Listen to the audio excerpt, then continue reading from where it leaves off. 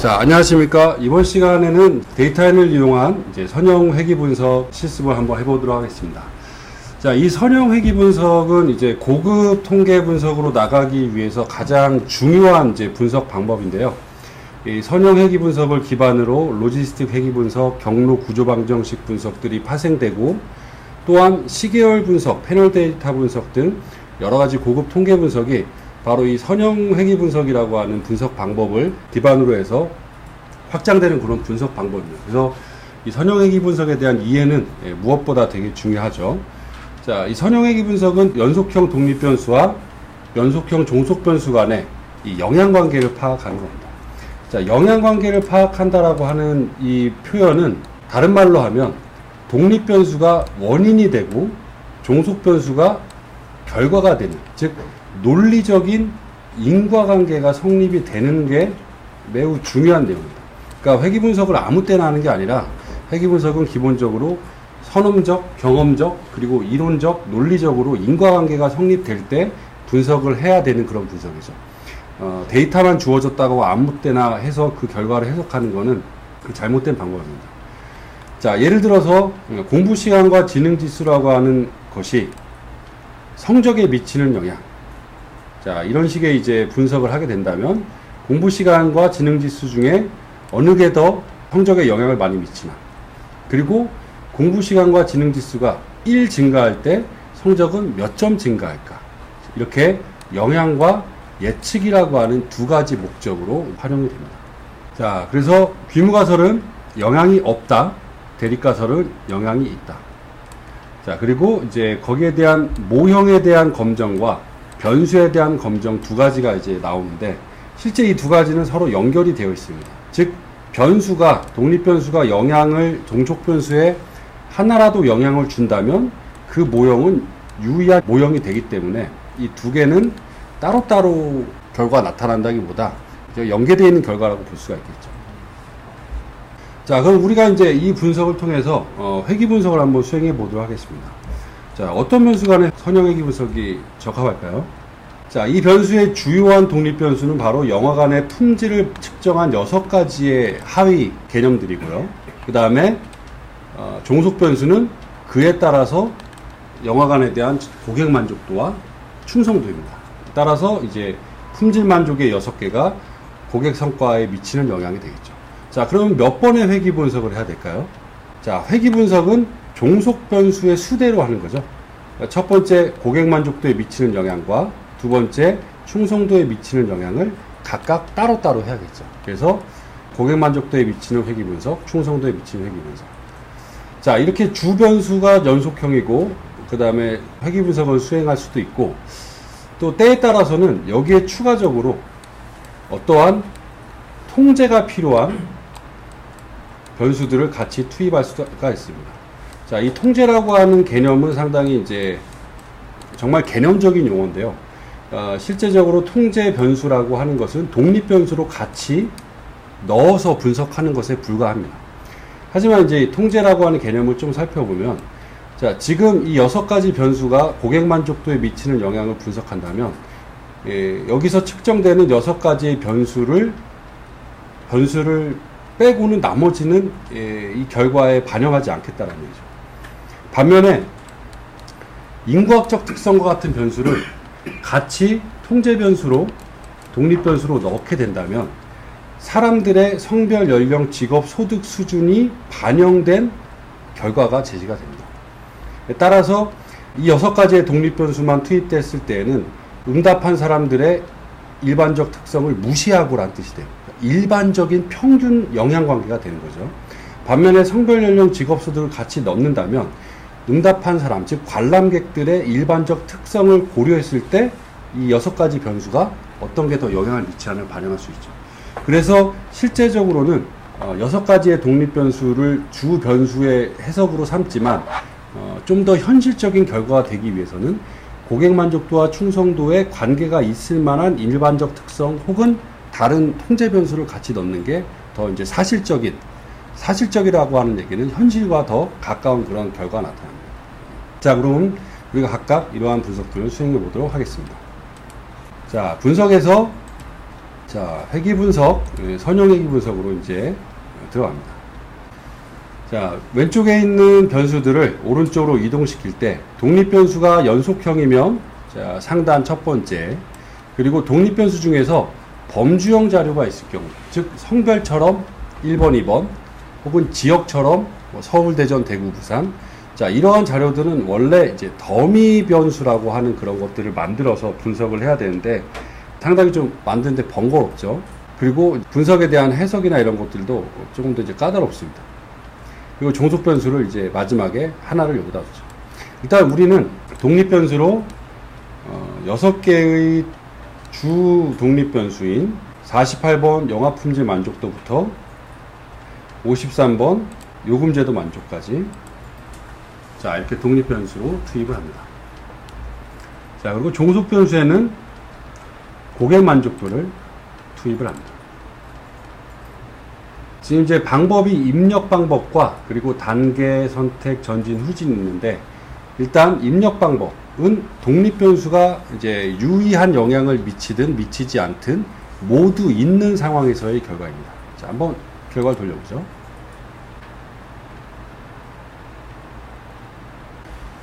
자, 이렇게 이제 결과를 보면 아주 깔끔하게 표로 그리고 해석이 쭉 제시가 되어 있습니다. 해석을 먼저 보면 독립 변수가 종속 변수인 고객 만족도를 설명하는 정도는 32.2%로 나타났다. 자, 여기 이제 R스퀘어라고 하는 결과값이 있는데 이게 바로 투입된 독립 변수가 종속 변수를 설명하는 정도를 0과 1 사이, 즉 0에서 100%로 계산을 한 결과입니다. 즉 독립 변수가 변화할 때 종속 변수가 얼마나 변화하는 게 그 직선으로 일치하냐를 이제 수치화한 자료죠. 100%라면 모든 자료가 하나의 직선으로 일치할 정도의 수준이고 보통 이제 20, 30% 이상 정도의 설명력은 나타나야 이게 회귀 분석의 인과관계로 보는데 적합하다라고 하는 그런 주장을 하는 사람들도 있습니다. 그리고 이 분석 결과에 R스퀘어 옆에 어드저스티드 R스퀘어는 독립 변수의 수가 증가하면 무조건 R스퀘어는 증가합니다. 쓸데없는 독립 변수, 의미 없는 독립 변수가 계속 추가되면 R스퀘어는 계속 증가돼요. 근데 어드저스티드 R스퀘어는 이 R스퀘어를 조정한 값으로 의미 없는 변수가 들어가면 오히려 떨어지게 됩니다. 그러니까 모형의 안정성을 좀 더 잘 표현한 지표라고 할 수 있죠. 그래서 중요한 건 이제 R스퀘어도 높지만 어드저스티드 R스퀘어도 R스퀘어보다 원래 낮게 나타나는데 다소 낮게 나타납니다. 만약에 지금 R스퀘어가 0.32, 32.2%인데 어드저스티드 R스퀘어가 이거보다 0.05, 즉 5% 이상으로 낮게 나타난다면 그건 독립 변수를 좀 의심해 봐야 돼요. 30%의 R스퀘어인데 20%의 어드저스티드 R스퀘어가 나타났다. 이 10% 이상의 차이가 난다면 거의 확실하게 의미 없는 변수들과 불필요한 변수들이 들어갔다라고 하는 시그널로 보면 좋을 것 같습니다. 자, 그리고 이제 F값, P값, 이건 모형이 유의하냐에 대한 건데, 이거는 투입된 독립 변수 중에서 유의한 영향을 미치는 변수가 하나라도 있으면 이 0.05보다 작게 나타납니다. 따라서 이거는 다소 형식적인 결과라고 할 수 있죠. 어쨌든 이제 레포팅 할 때 이 설명력과 모형에 대한 결과를 기본적으로 제시를 해주기 때문에 제시해주고 해석에서도 제일 처음에 설명력과 모형에 대한 유의성을 얘기를 하게 됩니다. 자, 두 번째로는 이제 어떤 변수가 유의한 영향을 미쳤냐를 파악하게 되는데, 자, 유의 확률이 0.05보다 작은 변수가 어떤 건지 한번 찾아보시기 바랍니다. 자, 영화 품질 만족 0.05보다 작죠. 영화관 이용 역시 0.05보다 작습니다. 친절, 응대, 그리고 요금 제도, 즉 서비스 만족도를 뺀 나머지들이 0.05보다 작죠. 해석은, 두 번째 해석은 독립 변수가 종속 변수에 유의한 영향을 미치는 결과, 자, 이렇게 5가지가 유의 수준 0.05에서 유의하게 영향을 미쳤고 서비스 만족은 유의한 영향을 미치지 않았다라고 하는 기본적인 해석이 들어가죠. 따라서 이 5가지 변수가 높을수록 고객 만족도의 정적인 관계에 영향을 미친다. 쉽게 얘기해서 영화 품질 만족, 영화관 이용 만족 등에 대한 만족이 높을수록 고객 만족도의 향상에 기여한다라고 이제 얘기를 할 수가 있습니다. 자, 그러면은 유의한 영향을 미치는 것들을 파악했으면 5개의 변수가 모두 동일하게 영향을 미치는 건 아니겠죠. 어떤 변수는 더 강하고 중요한 영향을 미치고 어떤 변수는 좀 상대적으로 약한 영향을 미칠 수 있습니다. 그 기준이 되는 통계량이 이 표준화 베타값, 표준화 계수 혹은 이 t값입니다. 이 베타값과 t값은 거의 90% 이상 일치합니다. 순서가. 자, 잘 보시면 이 베타값이 어떤 게 제일 크죠? 직원 친절 만족도가 제일 크죠. 그러니까 1순위예요. 두 번째는 이용 만족 2순위, 세 번째는 요금제도 만족 3순위, 네 번째는 응대, 다섯 번째가 영화 품질 만족입니다. 즉, 이 결과가 역시 밑에 해석으로 자동으로 나옵니다. 영향력의 크기를 파악한 결과, 자, 이렇게, 요거는 이제 t값 기준으로 좀 제시가 되어 있는데, t값을 기준으로 할 경우와 베타값을 기준으로 할 경우 약간 다를 수 있습니다. 그러나 거의 이제 일치하는 경향이 있죠. 자, 결론적으로 이제 이 결과를 보면은 지금 고객 만족도를 향상하기 위해서 만약에 이제 1,000만 원의 예산이 있다. 그러면은 200만 원씩 투자를 하는 게 아니라 영화관 이용 만족이나 직원 친절 만족의 향상에 거의 500만 원 이상의 많은 그 예산을 투입해야 된다는 거죠. 즉 이제 가장 중요하게 향상시켜야 될 독립 변수가 무엇인지를 이제 파악하는데 이 영향력의 크기 순서가 중요하죠. 그래서 영화관 이용에 대한 만족, 즉 영화관을 찾는 데 사람들이 예매를 하거나 뭐 관람회 이전에 그 이용에 대한 편리성을 향상시키기 위한 시설적 투자라든지 혹은 직원 친절 만족, 직원들에게 친절한 어떤 교육이나 마인드를 심어주는 거라든지 이런 것들을 이제 더 많은 집중을 해야 사람들이 고객 만족도가 증가시키는데 즉각적인 효과가 있다라고 하는 그런 얘기입니다. 반면에 서비스 만족은 유의하지 않다라고 하는 거는 다른 변수에 비해서 이 서비스 만족도가 높아져도 고객 만족도가 별로 크게 변하지 않는다라는 그런 얘기가 됩니다. 자, 이런 게 이제 자동적으로 레포팅이 되고 역시 파일 저장에서 한글이나 워드, 엑셀 등으로 저장을 하게 되면 결과들을 이제 바로 볼 수가 있습니다. 상세 결과에서는 좀 더 이제 자세한 여러 가지 잔차 진단이나 이런 것들이 이제 제시가 되고요. 자, 그럼 다음으로 이제 단계 선택법을 한번 해보도록 하겠습니다. 단계 선택법은 6가지 변수들의 결과가 다 있는 상황이 아니라 유의한 변수들만 이제 추려는 방법입니다. 전진, 후진 역시 마찬가지인데 전진은 제일 유의한 변수가 forward 하나씩 투입되는 방식이고 후진은 6개의 지금 변수 중에서 제일 유의하지 않은 변수가 backward 뒤로 하나씩 빠지는 방식입니다.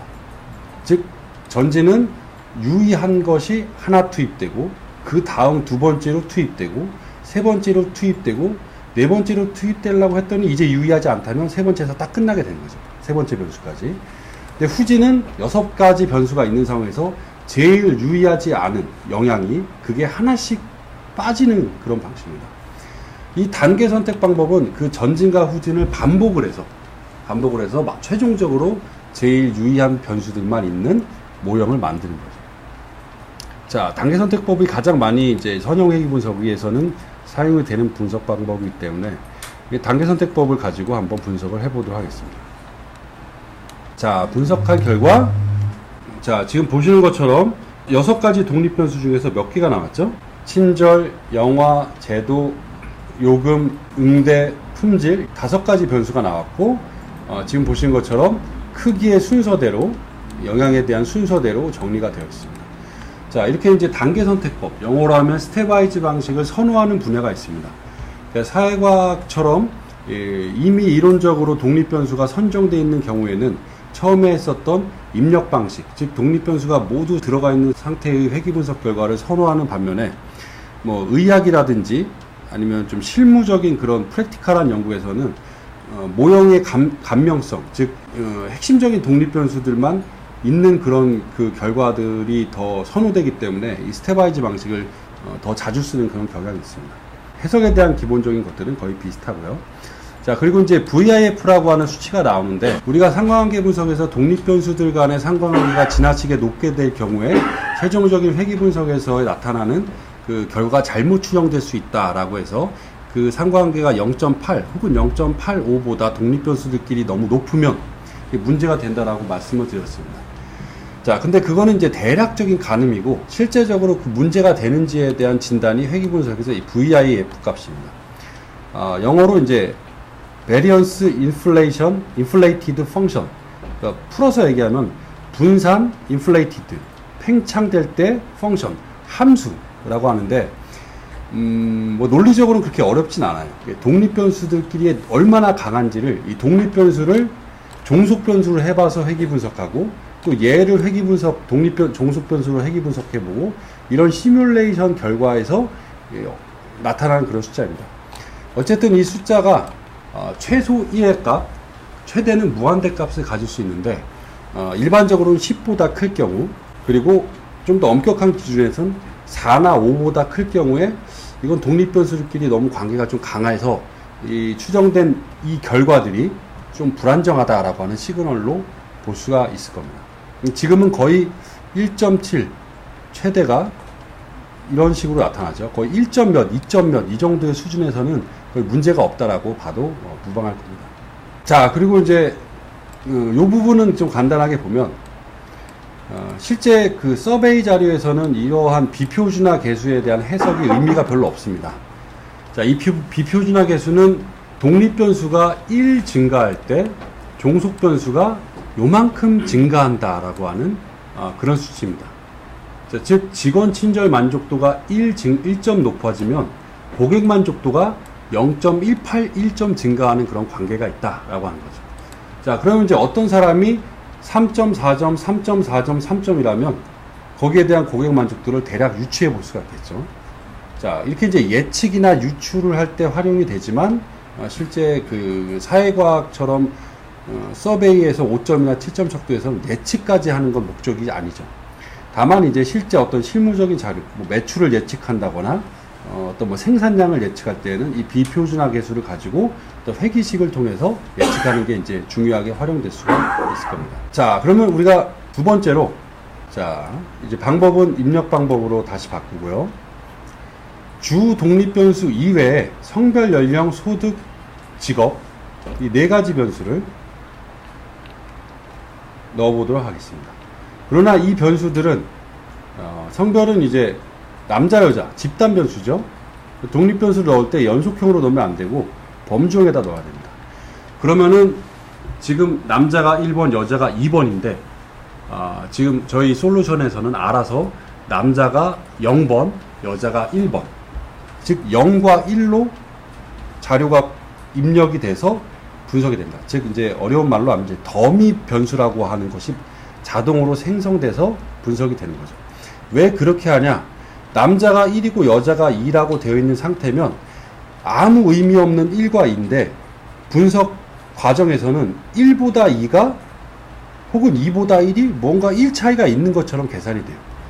그러니까 그렇게 되면 안 되죠. 남자, 여자는 아무 의미가 없는 1이죠. 그래서 하나를 0으로 하고 하나를 1로 하게 되면 해당되냐 되지 않냐로 이제 구분이 되기 때문에 숫자의 의미가 사라지게 됩니다.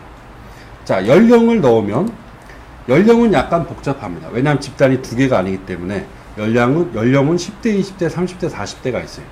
그러면 이때는 어떻게 되냐? 10대라고 하는 제일 처음에 입력, 제일 빠른 숫자를 빼고 나머지 20대, 30대, 40대를 이냐 아니냐를 의미하는 더미 변수가 각각 생성이 됩니다. 자, 그리고 소득 집단, 직업 집단도 입력을 넣게 되면 소득은 매 집단이니까 100만원 미만을 기준으로 100만원대, 200만원대, 300만원 이상을 의미하는 더미 변수가 각각 내부적으로 계산이 되고 직업도 마찬가지로 그런 식이 됩니다. 다시 한번 말씀드리면 독립변수 중에서 그 범주형 자료를 투입하고 싶을 때 1, 2, 3, 4라고 하는 입력이 되어 있는 상태의 데이터를 넣게 되면 아무 의미 없는 1, 2, 3, 4인데 숫자로 해석이 되기 때문에 이거를 숫자의 의미를 없애기 위해서는 0 해당되지 않는다, 남자가 아니다, 1 뭐 남자다, 20대가 아니다 20대다 라고 하고 이제 분류를 해야 되는 그런 관계입니다. 보통 이제 통제 변수일 경우에는 개념적인 통제 변수일 경우에는 인구학적 특성 변수가 많죠. 인구학적 특성 변수는 대부분 범주형 자료가 많습니다. 그래서 이렇게 이제 범주형 자료를 독립 변수로 넣어서 통제 변수로 하는 경우가 이제 많이 발생합니다. 자, 이런 상태에서 분석을 누르면 자, 이렇게 보시는 것처럼 이제 표가 상당히 길게 나오죠. 자, 여기서의 주된 이제 해석은 자, 우리가 앞서서 봤던 영화 품질, 영화관 이용 만족, 친절, 응대, 서비스, 요금 제도처럼 주 독립 변수들이 유의하냐, 유의하지 않냐, 그리고 어떤 게 영향이 더 크냐, 작냐가 핵심입니다. 즉, 우리가 앞에서 인구학적 변이를 넣지 않았던 그 결과의 초점과 다르지 않습니다. 다만, 지금 이 결과는 남성, 여성, 연령대, 소득, 직업이 반영되어 있는 결과이기 때문에 훨씬 더 응답자의 특성을 반영해서 현실적인 결과가 되는 거죠. 자, 여기를 한번 볼까요? 성별이 여성이죠. 유의한가요? 예, 유의 확률이 0.007로 0.05보다 작게 나타나서 유의하게 나타났죠. 왜 여성만 나타났을까요? 남성은 어디 갔죠? 남성은 집에 갔나요? 예, 남자가 1번, 여자가 2번이라고 돼 있으면 더미 변수는 남자를 0, 여자를 1로 만듭니다. 그러니까 0이라고 하는 의미는 해당되지 않는다고, 1이 해당된다. 그래서 남자를 의미하는 변수는 만들어지지 않고 여자를 의미하는 변수만 만들어집니다. 그래서 해석할 때는 어떻게 하냐? 남자에 비해서 여성은 유의하다. 뭐가?